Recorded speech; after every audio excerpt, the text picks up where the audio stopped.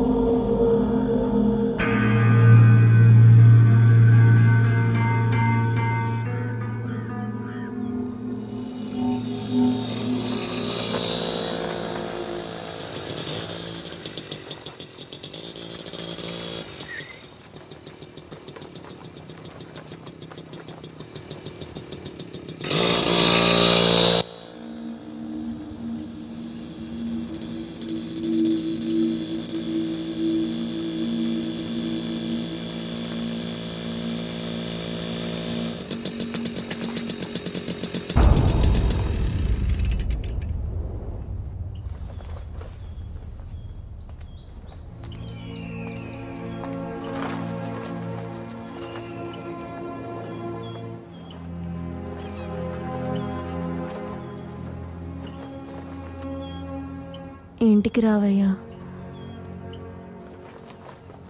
దారుణం జరిగింది. ఇంట్లో ఎవరి మొహంలోనూ కళలేదు. ఇంటికి రావయ్యా.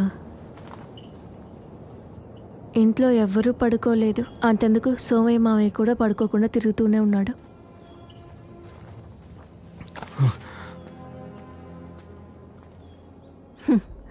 కొడితే దెబ్బతో భయం పోయి ఉండేది, కానీ కొట్టకుండానే బెదిరించావు చూడు, నువ్వే మగాడివంటే. సరే, అన్నిటినీ మర్చిపోయి ఇంటికి రావచ్చుగా, రమ్మంటున్నానుగా. మీరంతా ఆడుకోవడానికి నేనే దొరికానా? అందరికీ అలుసైపోయాను. అలాగే మాట్లాడతావులే. నీ వల్ల ఏమైనా జరుగుతుందని అందరూ భయంతో ఉన్నారు, కానీ నీకేమైపోయిందో అని కంగారు పడింది నేనే. నేను వెతుక్కుంటూ వచ్చానుగా, నాకు కావాల్సిందిలే.